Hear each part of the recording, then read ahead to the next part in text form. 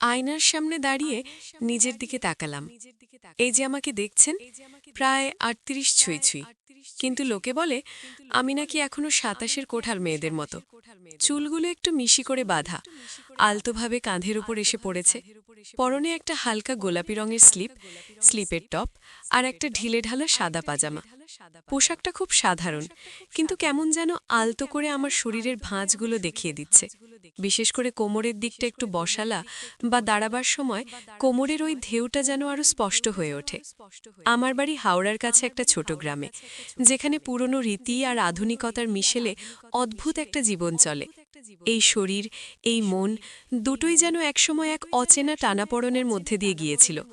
আপনারা যারা এই গল্প শুনছেন হয়তো ভাবছেন কি এমন হতে পারে, কিন্তু বিশ্বাস করুন, কিছু সম্পর্ক এমন হয় যা সমাজের চোখে পাপ, কিন্তু মনের কাছে এক গভীর আরাম আর একরাশ নিষিদ্ধ ইচ্ছের প্রতিচ্ছবি।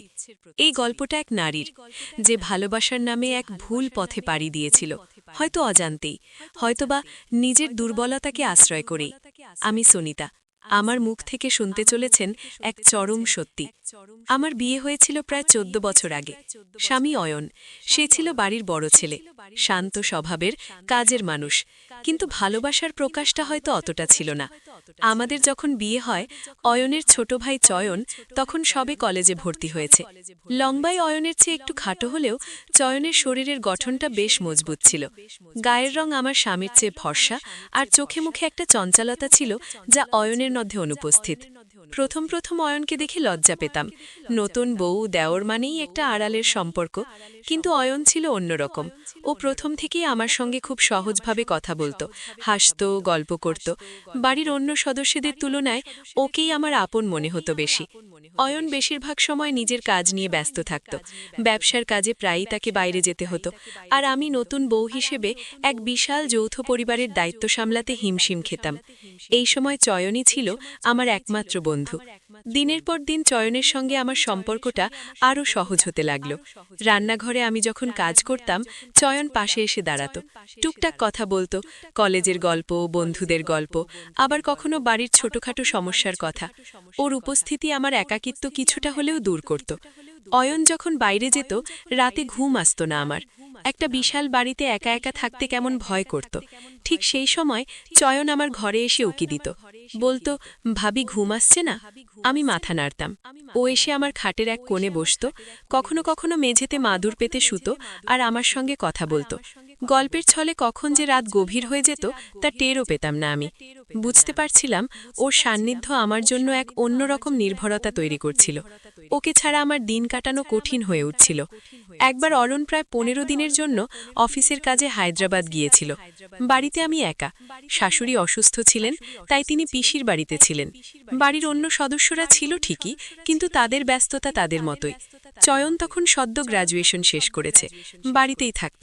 সেই ১৫টা দিন আমার জীবনের মোড় ঘুরিয়ে দিল। অয়ন চলে যাওয়ার পর প্রথম কয়েকদিন খুব খারাপ লেগেছিল। চয়ন তখন সারাক্ষণ আমার পাশে থাকত, রান্নায় সাহায্য করত, বাজার করে আনত, এমনকি রাতেও আমাকে সঙ্গ দিত। রাতে আমরা দুজন একসঙ্গে টিভি দেখতাম, গল্প করতাম। চয়নের কথার ভঙ্গিতে, ওর চোখের চাহনিতে একটা অন্যরকম ভীতি দেখতে পেতাম, যা আমার ভেতরে এক অজানা শিহরণ জাগাত। একদিন রাতে বিদ্যুৎ চলে গেল, গোটা বাড়ি অন্ধকার। আমি ভয় পেয়ে চয়নের হাতটা চেপে ধরলাম। চয়ন আমার হাত ছাড়ল না, বরং আরো শক্ত করে ধরল।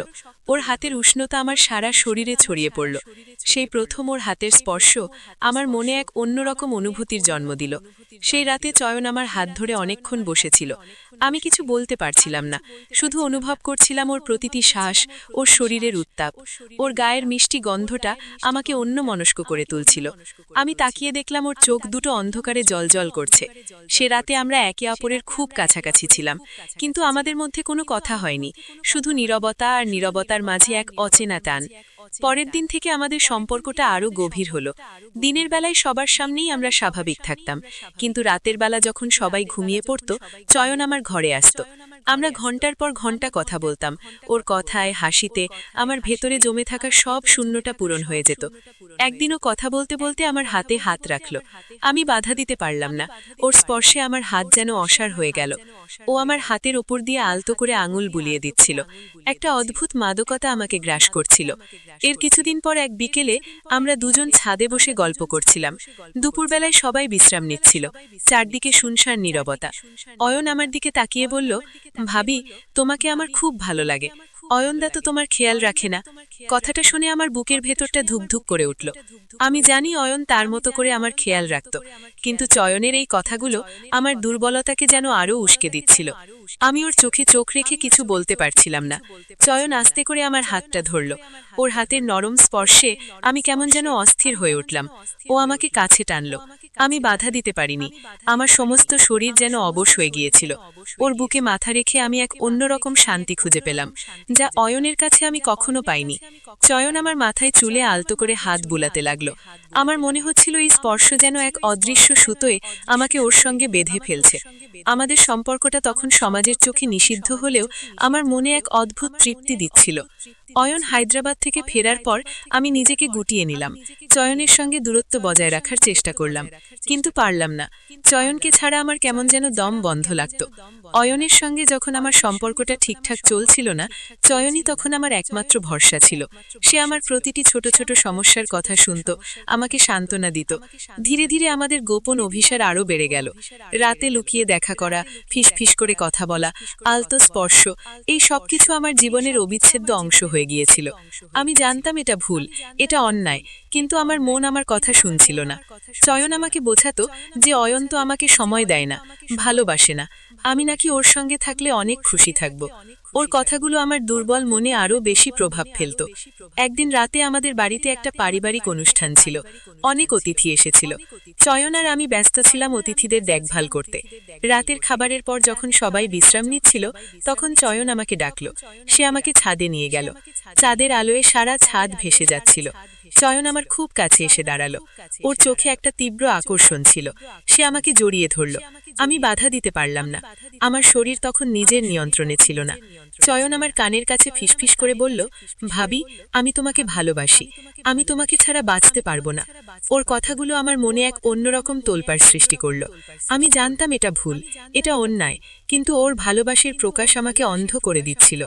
দিনের পর দিন আমাদের সম্পর্ক আরও গভীর হতে লাগলো।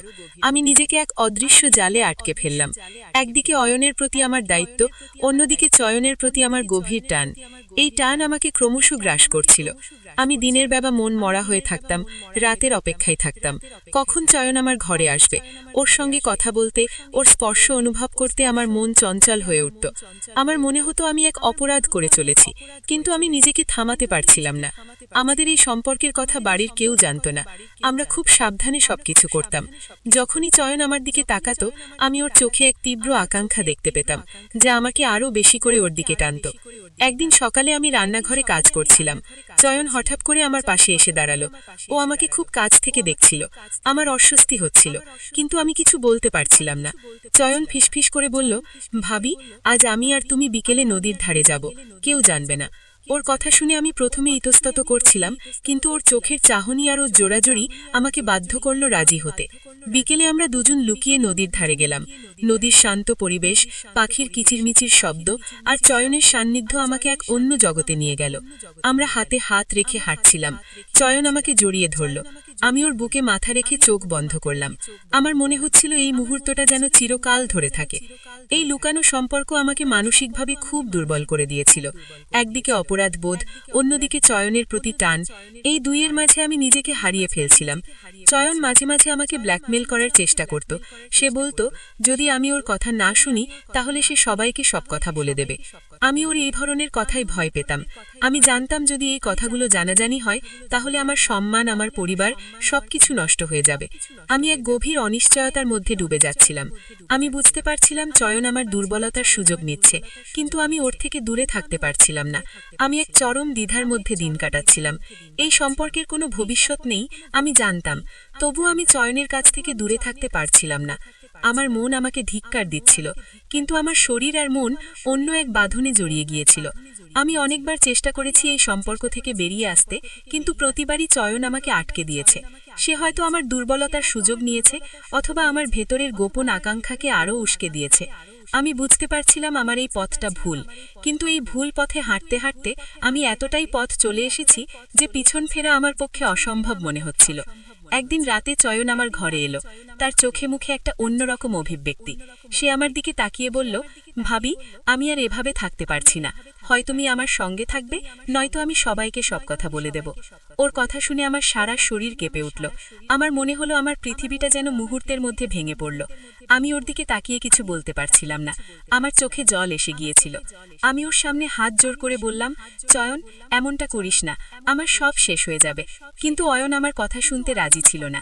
আমার জীবনটা তখন এক নরকে পরিণত হয়েছিল। আমি জানি না কি করব। আমি এই সম্পর্কের ফাঁদে পুরোপুরি আটকে গিয়েছিলাম। প্রতিটা দিন আমার জন্য এক অসহনীয় বোঝা হয়ে দাঁড়িয়েছিল। আমি বুঝতে পারছিলাম আমার নিজের ভুল আমাকে এই অবস্থায় এনে দাঁড়িয়েছে। যে ভালোবাসাটা আমি অয়নের কাছে পাইনি, সেই ভালোবাসার খোঁজে আমি এক নিষিদ্ধ পথে পা বাড়িয়েছিলাম। আর এখন সেই পথ থেকে বেরিয়ে আসার কোনো উপায় খুঁজে পাচ্ছিলাম না। এই ঘটনার পর আমি নিজেকে আরও বেশি করে গুটিয়ে নিলাম। চয়নের সঙ্গে দূরত্ব বজায় রাখার চেষ্টা করলাম, কিন্তু সে